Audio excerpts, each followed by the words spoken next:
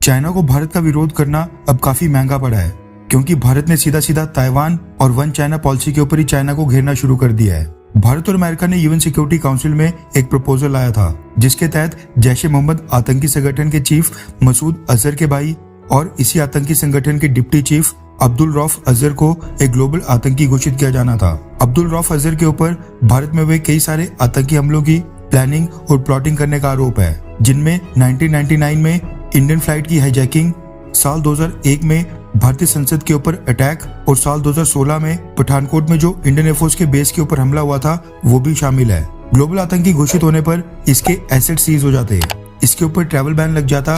और arms embargo भी लगता। लेकिन जब भारत ने यूनाइटेड नेशन सिक्योरिटी काउंसिल में ये प्रपोजल लाया तो यूएन सिक्योरिटी काउंसिल के बाकी सभी परमानेंट और नॉन परमानेंट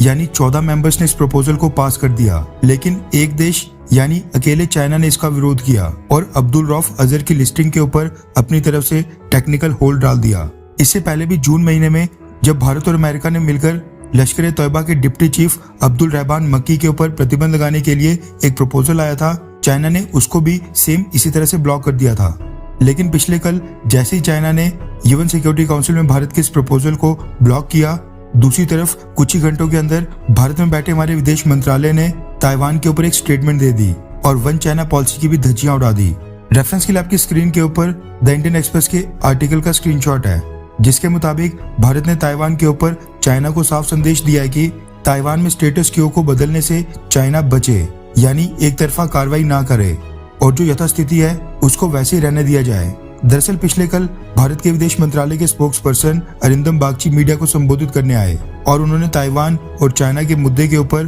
पहली बार भारतीय सरकार का पक्ष रखते हुए बोला कि बाकी देशों की तरह भारत भी हाल के घटनाक्रमों से काफी चिंतित है। हम संयम बरतने और स्टेटस को बदलने के लिए किसी भी एक तरफा कार्रवाई से बचने, तनाव को कम करने और रीजन में शांति और स्थिरता बनाए रखने का अनुरोध करते हैं, यानी ताइवान की मर्जी के बिना चाइना कोई भी एक तरफा कार्रवाई ना करे। वैसे ये पहली बार है जब भारत ताइवान को लेकर चाइना को सीधा मैसेज दे रहा है। ये तो चलो ठीक था, ब्रीफिंग के दौरान भारतीय स्पोक्स पर्सन ने वन चाइना पॉलिसी के ऊपर प्रतिबद्धता जताने से साफ इनकार कर दिया और वन चाइना पॉलिसी के ऊपर ये चीज क्लियरली बोली कि भारतीय सरकार की जो भी पॉलिसीज है वो वेल नोन और कंसिस्टेंट है, यानी उनके बारे में सबको पता है और काफी समय से सेम पॉलिसी है, इसलिए उसको बार बार दोहराने की कोई जरूरत नहीं है। यानी भारत बार बार नहीं बोलेगा कि हम वन चाइना पॉलिसी को फॉलो करते हैं या फिर नहीं। इसके अलावा नाटो के साथ भारत की जो बातचीत बढ़ रही है, भारत को नाटो प्लस संगठन का हिस्सा बनाने की मांगे उठ रही हैं, जिस पर चाइना भी आपत्ति जता चुका है। इसके ऊपर अरिंदम बागची ने बोला कि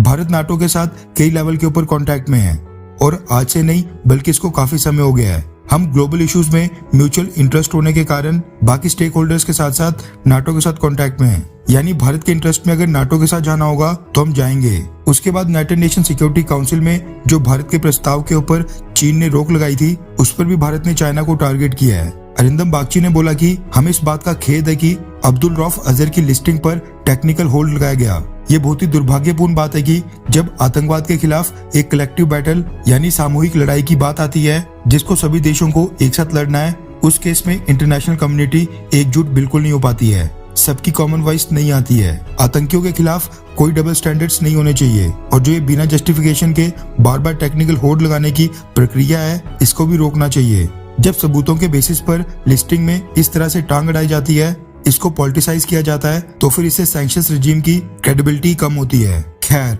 बाकी सब तो ठीक था। जो वन चाइना पॉलिसी और ताइवान के ऊपर जो विदेश मंत्रालय के स्पोक्स पर्सन अरिंदम बागची की स्टेटमेंट आई है, उसकी वाकई में जरूरत भी थी। खैर, आपको क्या लगता है कि क्या ये एक बोल्ड स्टेटमेंट थी, हाँ या फिर ना? नीचे कमेंट करके अपनी राय जरूर बताएं।